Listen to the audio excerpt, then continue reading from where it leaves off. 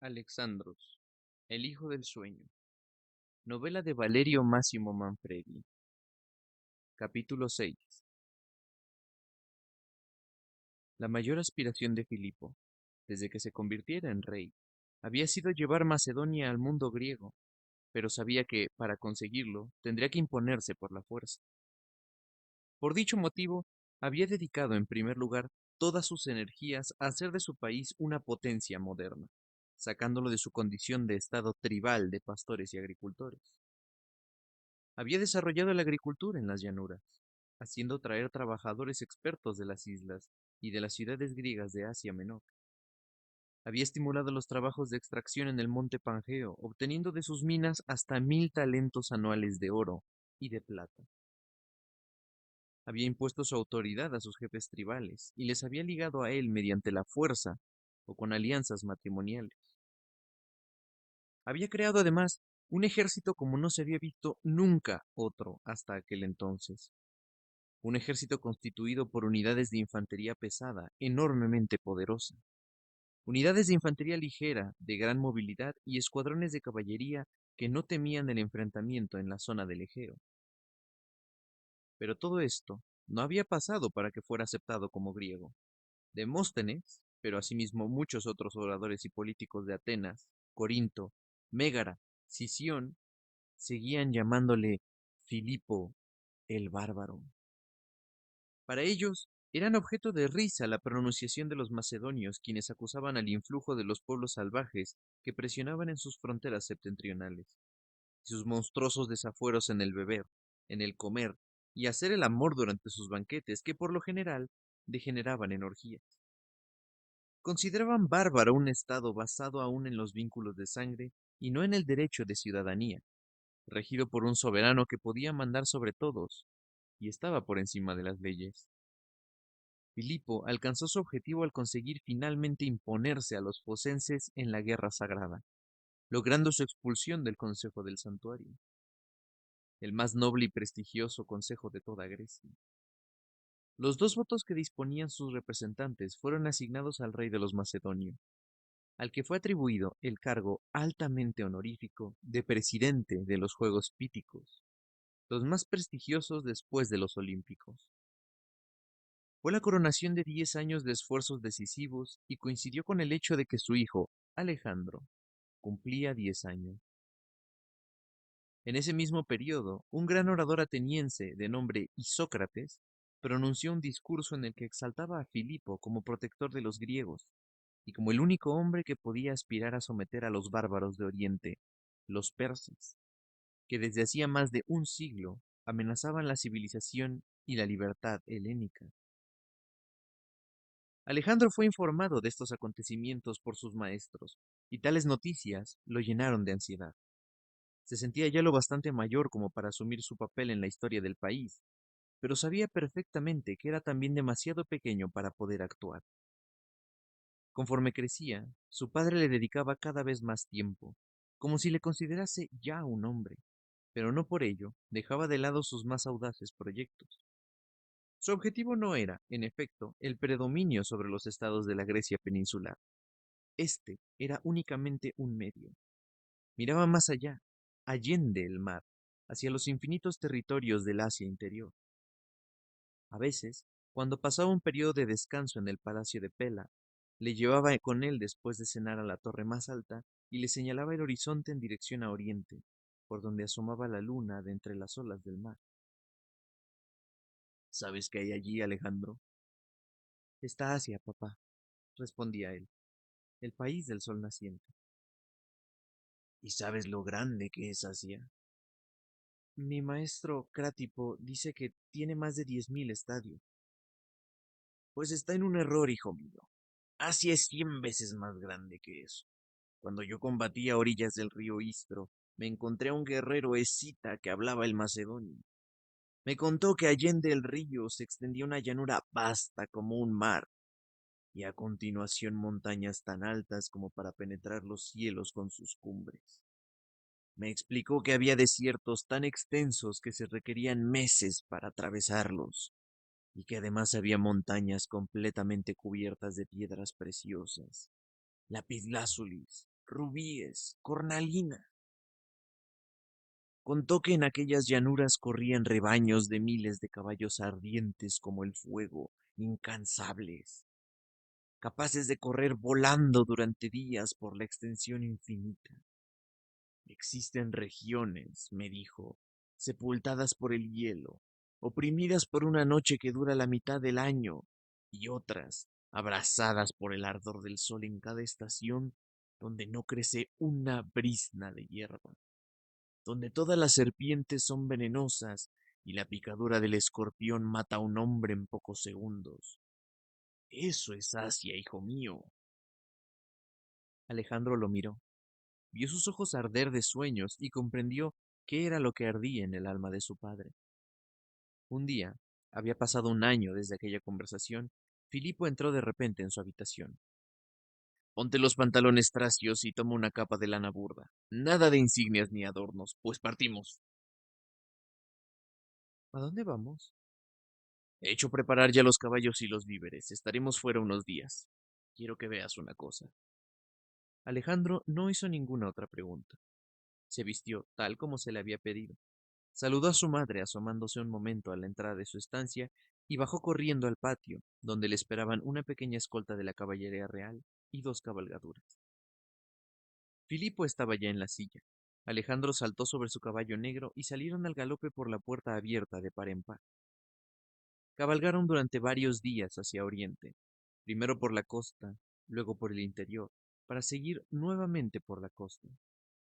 Pasaron Cerma, Apolonia y Anfípolis, parándose de noche en pequeñas posadas de campo y comiendo la comida tradicional macedonia: asado de cabra, caza, queso curado de oveja y el pan cocido bajo las cenizas. Tras dejar atrás a Anfípolis, comenzaron a trepar por un escarpado sendero hasta que se encontraron, casi de improviso, ante un paisaje desolado. La montaña había sido privada de su manto boscoso, y por todas partes veíanse troncos mutilados y raigones carbonizados. El terreno, tan desnudo, mostraba perforaciones en varias de sus partes, y en la entrada de cada cueva se amontonaban enormes cantidades de detritos, como un gigantesco hormiguero. Comenzaba a caer una fina e insistente lluvia y los jinetes se cubrieron la cabeza con las capuchas y pusieron los animales a paso de marcha. El sendero principal no tardó en bifurcarse en un laberinto de trincheras, por las que se movía una multitud de hombres andrajosos y macilentos, de piel renegrida y rugosa, que cargaban pesadas espuertas llenas de piedras.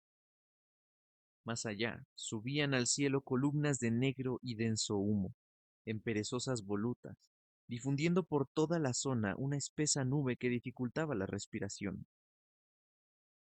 Tápate la boca con la capa, ordenó Filipo a su hijo, sin añadir nada más. Reinaba por toda la zona un extraño silencio y ni siquiera se oía el ruido de todos aquellos pies, amortiguado como estaba por el defenso barrizal en el que la lluvia había transformado el polvo.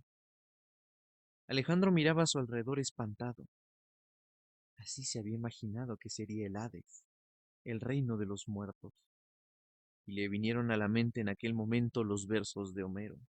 Allí están el pueblo y la ciudad de los cimeros, entre nieblas y nubes sin que jamás el sol resplandeciente los ilumine con sus rayos, ni cuando sube al cielo estrellado, ni cuando vuelve del cielo a la tierra, pues una nube perniciosa se extiende sobre los míseros mortales. Luego, de golpe, el silencio se vio roto por un ruido sordo y acompasado, como si el puño de un cíclope se abatiese con una monstruosa potencia sobre las atormentadas laderas del monte. Alejandro espoleó con los talones a su caballo, porque quería saber el origen de aquel estruendo que ahora hacía temblar la tierra como un trueno. Después que hubo bordeado una prominencia rocosa, vio dónde terminaban los senderos. Había una máquina gigantesca, una especie de torre hecha de grandes travesaños que llevaba en lo alto una polea. Una larga soga sostenía una tela metálica colosal, y por el otro lado, la soga estaba retorcida sobre una árgana que era maniobrada por cientos de aquellos desdichados, que la hacían girar, enrollando la soga en torno al tambor, de modo que la red se alzaba en el interior de la torre de madera. Cuando alcanzaba la parte superior, uno de los vigilantes soltaba la clavija del freno liberando el tambor, que rodaba en sentido contrario, arrastrando por el peso de la red, que caía al suelo haciendo pedazos las piedras arrojadas de continuo por las espuertas transportadas a hombros montaña arriba.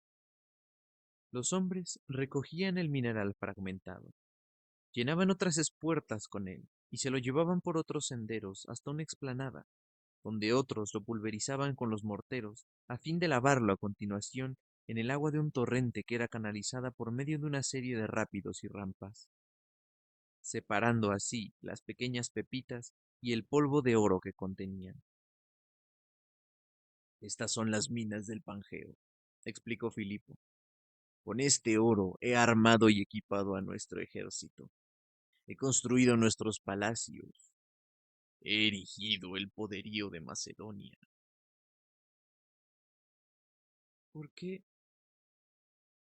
¿Por qué me trajiste aquí? Preguntó Alejandro, profundamente turbado. Mientras hablaba, uno de los porteadores se desplomó casi debajo mismo de las patas de su caballo. Un vigilante se aseguró de si estaba muerto o no. Luego hizo una señal a dos desventurados que depositaron en tierra las espuelas. Lo tomaron por los pies y se lo llevaron a rastras. ¿Por qué me trajiste aquí?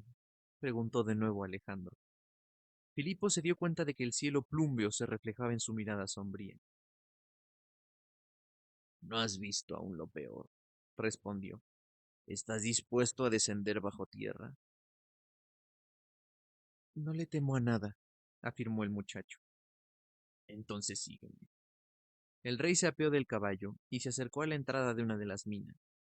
El vigilante que había venido a su encuentro empuñando el látigo se detuvo estupefacto al reconocer en su pecho la estrella de oro de los Argeadas. Filipo se limitó a hacer una indicación y volvió atrás. Encendió un candil y se dispuso a guiarlos por el subsuelo. Alejandro siguió al padre, pero apenas hubo entrado, sintió que se sofocaba a causa de un hedor insoportable, a orina, sudor y excrementos humanos. Había que avanzar inclinados, y en determinados puntos casi con la espalda doblada a lo largo de una angosta tripa que resonaba por doquier, con un continuo martilleo, un jadear difuso, ataques de tos y estertores agónicos. De vez en cuando el vigilante se detenía allí donde un grupo de hombres se hallaban ocupados en extraer con el pico el mineral, o bien en la bocamina de los pozos. Al fondo de cada uno de estos palpitaba la claridad de un velón iluminado, una espalda huesuda y unos brazos esqueléticos. A veces el minero, al oír ruido de pasos o de voces que se aproximaban, alzaba el rostro para mirar, y Alejandro descubría máscaras desfiguradas por la fatiga, las enfermedades y el horror de vivir. Más adelante, al fondo de uno de aquellos pozos, vieron un cadáver. Muchos se suicidan, explicó el vigilante. Se lanzan sobre el pico o se traspasan con el cincel. Filipo se volvió para observar a Alejandro. Estaba mudo y en apariencia impasible, pero sobre sus ojos había caído una mortal oscuridad. Salieron por la parte opuesta del monte a través de un estrecho agujero y encontraron los caballos y la escolta esperándolos. Alejandro miró a su padre. ¿Cuál fue su delito? Preguntó. Su rostro estaba pálido como la cera. Ninguno, repuso el rey, salvo haber nacido.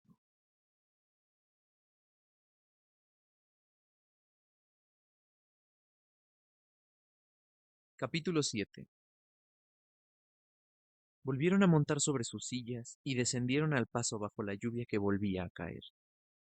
Alejandro cabalgaba en silencio al lado de su padre. Quería que supieras que todo tiene un precio. Quería que supieras también qué clase de precio. Nuestra grandeza, nuestras conquistas, nuestros palacios y nuestras vestiduras. Todo debe ser pagado. Pero, ¿por qué ellos? No hay un porqué. El mundo está gobernado por el hado. Al nacer, fue establecido que muriesen de ese modo, así como al nacer, fue establecido también para nosotros un destino que nos es ocultado hasta el último instante. Solo el hombre de todos los seres vivos Puede ascender hasta casi tocar la morada de los dioses, o bien caer más bajo que los brutos. Tú ya has visto la morada de los dioses, has vivido en la casa de un rey, pero consideraba justo que vieras también lo que puede reservar la suerte a un ser humano. Entre estos desdichados hay hombres que tal vez un día fueron caudillos o nobles, y que el hado precipitó de repente en la miseria. Pero si este es un destino que puede correspondernos a cada uno de nosotros, ¿por qué no ser clementes mientras la fortuna nos sea favorable? Esto es lo que quería oírte decir. Deberás ser clemente siempre que te sea posible, pero recuerda que no puede hacerse nada por cambiar la naturaleza de las cosas. En aquel momento, Alejandro vio una niña, algo más pequeña que él, que subía por el sendero cargada con dos pesadas cestas llenas a rebosar de habas y garbanzos, destinada posiblemente a ser la comida de los vigilantes. El joven se apeó del caballo y se detuvo delante de ella. Era delgada, iba descalza, con los cabellos sucios y tenía unos ojazos negros rebosantes de tristeza. ¿Cómo te llamas? Le preguntó. La niña no respondió. Probablemente no sabe hablar, observó Filipo. Alejandro se dirigió al padre. Yo puedo cambiar su suerte. Mejor dicho, quiero cambiar su suerte. Filipo asintió. Puedes hacerlo, si es lo que quieres, pero recuerda que el mundo no cambiará por eso. Alejandro hizo subir a la pequeña sobre su caballo, detrás de él, y la cubrió con su capa. Llegaron de nuevo a Anfípolis al anochecer, y se hospedaron en la casa de un amigo del rey. Alejandro ordenó que la niña fuese lavada y vestida, y se quedó mirándola mientras comía. Intentó hablarle, pero ella respondía con monosílabos, y nada de lo que decía resultaba comprensible. Se trata de una lengua bárbara, le hizo notar Filipo. Si quieres comunicarte con ella, deberías esperar a que aprenda el macedonio. Esperaré, replicó Alejandro. Al día siguiente amaneció con un tiempo espléndido y reanudaron el viaje de regreso, volviendo a cruzar el puente de barcas sobre el Estrimón. Pero, una vez llegados a Bromisco, se dirigieron hacia el sur por la península del monte Athos. Cabalgaron durante toda la jornada y a la hora del ocaso llegaron a un punto en el que se veía un enorme foso semienterrado que dividía la península en dos. Alejandro tiró de las riendas de su caballo y se quedó mirando estupefacto aquella obra ciclópea. ¿Ves ese foso? Preguntó su padre. Pues fue excavado hará casi 150 años por Jerjes, el emperador de los persas, con objeto de permitir el paso de su flota y evitar, de este modo, correr el riesgo de un naufragio en los escollos de Athos. Trabajaron en ella 10.000 hombres turnándose continuamente, día y noche. Y antes el gran rey había hecho construir un puente de barcas a través del estrecho del Bósforo, uniendo Asia con Europa. Dentro de pocos días recibiremos la visita de una embajada del gran rey. Quería que comprendieses el poderío del imperio con el que estamos negociando. Alejandro asintió y observó largo rato sin hablar aquella obra colosal. Luego, viendo a su padre reanudar el viaje, dio un talonazo a su caballo y se fue detrás de él. Quisiera pedirte una cosa, dijo cuando llegó de nuevo a su lado. Te escucho. Hay un muchacho de Pela que frecuenta las lecciones de Leónidas, pero que no está nunca con nosotros. Las pocas veces que me encuentro con él evita hablar conmigo y tiene normalmente un aspecto triste, melancólico. Leónidas nunca ha querido explicarme quién es, pero estoy seguro de que tú lo sabes. Es tu primo Amintas, repuso Filipo sin volverse. El hijo de mi hermano, muerto en combate, luchando contra los tesalios. Antes de que tú nacieras, era él el heredero del trono y yo gobernaba como regente. ¿Tratas de decir que debería ser él el soberano? El trono es de quien es capaz de defenderlo, replicó Filipo. Recuérdalo. Por eso, en nuestra nación, Cualquiera que ha tomado el poder ha eliminado a todos aquellos que habrían podido urdir acechanzas contra él. Pero tú has dejado vivir a Amintas. Era el hijo de mi hermano y no podía acarrearme ningún daño. Fuiste clemente, si quieres llamarlo así. Padre, Filipo se volvió. Alejandro le llamaba padre cuando estaba rabioso con él, o cuando quería hacerle una pregunta muy seria. Si fueras a morir en combate, ¿quién sería el heredero del trono? ¿Amintas o yo? El más digno. El muchacho no preguntó nada más, pero aquella respuesta le causó una profunda impresión, y no se borró jamás de su mente. Regresaron a Pela 3 días después, y Alejandro confió a Artemisia, la niña que había arrancado de los horrores del monte Pangeo. De ahora en adelante, afirmó, con cierta entonación infantil, estará a mi servicio, y tú le enseñarás todo cuanto debe saber. Pero, ¿tiene un nombre? ¿Al menos? Preguntó Artemisia. No lo sé. Yo, de todas formas, la llamaré Leptina. Es bonito y adecuado además para una niña. Aquel día llegó la noticia de que, a muy avanzada edad, había fallecido Nicómaco. El soberano no dejó de sentir cierto disgusto porque había sido un excelente médico y porque había ayudado a nacer a su hijo. En cualquier caso, su consultorio no fue cerrado, aunque su hijo, Aristóteles, había seguido un camino muy distinto y se encontraba en aquellos momentos en Asia, en la ciudad de Atarnea, donde había fundado, tras la muerte de su maestro Platón, una nueva escuela filosófica. El joven ayudante de Nicómaco, Filipo, había seguido trabajando en el consultorio del médico desaparecido y ejercía la profesión con suma pericia. Mientras tanto, también los muchachos que vivían en la corte con Alejandro habían crecido, tanto física como espiritual y anímicamente, y las inclinaciones que habían demostrado de niños se habían visto en gran medida consolidadas. Los compañeros que tenían una edad próxima a la de Alejandro, como Hefestión, que era ya su amigo inseparable, o bien Pérdicas y Seleuco, se habían convertido en sus íntimos y formaban un grupo sólido, tanto en el juego como en el estudio.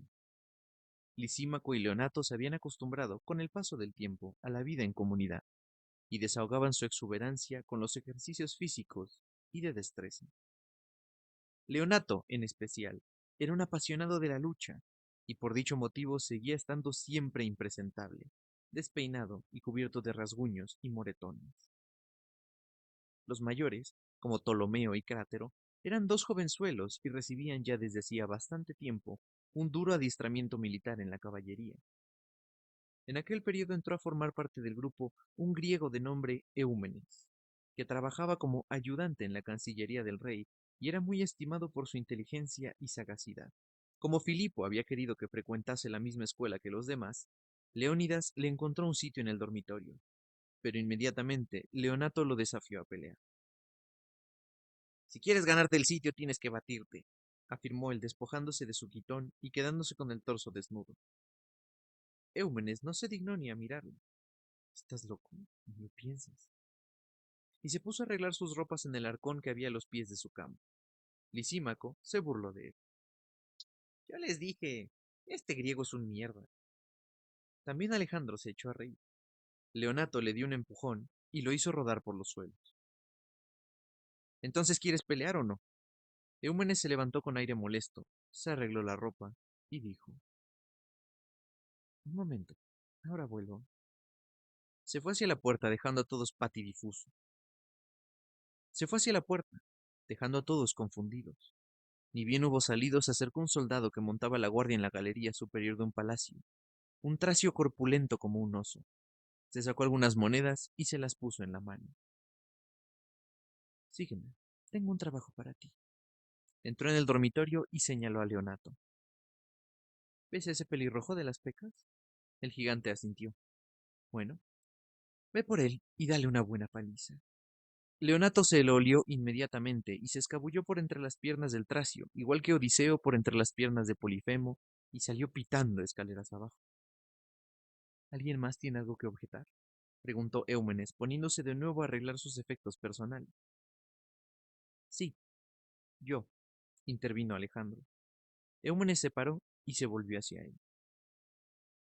Te escucho, dijo, en un tono de evidente respeto, porque el señor de la casa, aquí, eres tú, pero ninguno de estos buscapleitos puede permitirse llamarme mierda.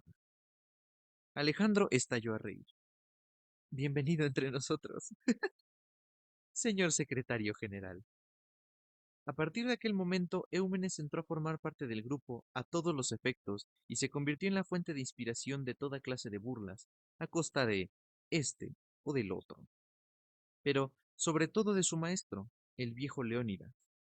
Le metían lagartijas en la cama y ranas vivas en el potaje de lentejas para vengarse de los palmetazos que les propinaba cuando no se aplicaban al estudio con el debido ahínco.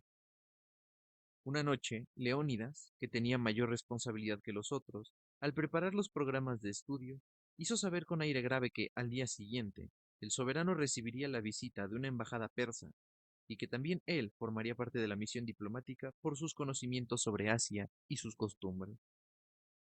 Les informó que los mayores de ellos tendrían que prestar servicio en la Guardia de Honor del Rey, cubiertos con armadura de gala, en tanto que los más jóvenes deberían desempeñar un cometido análogo al lado de Alejandro.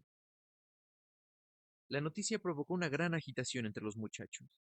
Ninguno de ellos había visto jamás a un persa, y todo cuanto sabían era lo que habían leído en las obras de Heródoto y de Cresias, o en el diario de la famosa expedición de los 10.000, del ateniense Jenofonte. Todos, por tanto, se pusieron a bruñir las armas y preparar sus ropas de ceremonia.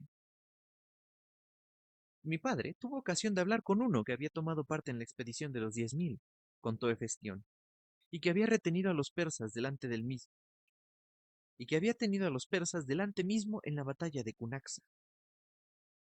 ¿Les parece, muchachos? Intervino Seleuco. 1.000.000 de hombres. Y se ponía las manos delante, abriéndolas en abanico como si quisiera representar el frente inmenso de los guerreros. ¿Y los carros falcados? Añadió Lisímaco. ¿Corren raudos como el viento por sus llanuras? ¿Y tienen cuchillas que salen de debajo de la caja y fuera de los ejes para cegar a los hombres como si fueran espigas de trigo? Yo no quisiera encontrármelos delante en el campo de batalla, la verdad. Simples trampas que hacen más ruido que daño, observó Alejandro, que hasta aquel momento había estado callado, escuchando los comentarios de sus amigos. Eso mismo dice Jenofonte en su diario. En cualquier caso, todos tendremos ocasión de ver cómo se las apañan los persas con las armas. Mi padre, el rey, ha organizado para mañana una batida para la casa de León en Meordea, en honor de los huéspedes. ¿Y dejarán también ir a los niños? Se carcajeó Ptolomeo. Alejandro se plantó delante de él. Yo tengo 13 años, y no le temo a nada ni a nadie. Repítelo, y te haré tragar tus palabras. Ptolomeo se contuvo, y también los demás jóvenes dejaron de reír. Desde hacía ya un tiempo habían aprendido a no provocar a Alejandro, por más que no fuese especialmente corpulento. Repetidas veces, en efecto, había dado prueba de una energía sorprendente y de una rapidez de reflejos fulgurante. Eumenes propuso a todos jugar una partida de dados con la paga semanal en juego, y la cosa no pasó de ahí. El dinero, finalmente, acabó en gran parte en sus bolsillos porque el griego sentía verdadera debilidad, tanto por el juego como por el vil metal. Aplacada la cólera, Alejandro dejó a sus compañeros con sus pasatiempos y fue a hacerle una visita a su madre antes de irse a la cama. Olimpia llevaba desde hacía tiempo una vida apartada. Aunque seguía conservando un considerable poder en la corte como madre del heredero del trono, y sus encuentros con Filipo se limitaban casi exclusivamente a las ocasiones previstas por el protocolo. El rey había tomado entretanto por esposas a otras mujeres, y por razones meramente políticas, pero seguía respetando a Olimpia, y de haber tenido la reina un carácter menos suspicaz y difícil, le habría demostrado tal vez que la pasión que había sentido por ella no estaba del todo muerta. La soberana se hallaba sentada en un sillón de brazos cerca de un candelabro de bronce de 5 brazos, y tenía un papiro abierto sobre las rodillas. Su habitación, fuera del rayo de aquella luz, estaba totalmente a oscuras. Alejandro entró con paso ligero. ¿Qué estás leyendo, mamá? Olimpia levantó la cabeza. Asafo, repuso, sus versos son maravillosos y sus sentimientos de soledad están tan próximos a los míos. Se acercó a la ventana mientras contemplaba el cielo estrellado y repitió, con voz vibrante y melancólica, los versos que había leído. La noche está a mitad de su curso. Ya se ha puesto la luna y las Pléyades. Mediada es la noche, pasa la hora, y yo duermo sola. Alejandro se acercó y vio por un momento, a la incierta luz de la luna, temblar una lágrima en las pestañas de su madre, y luego rodar lentamente, regándole la pálida mejilla.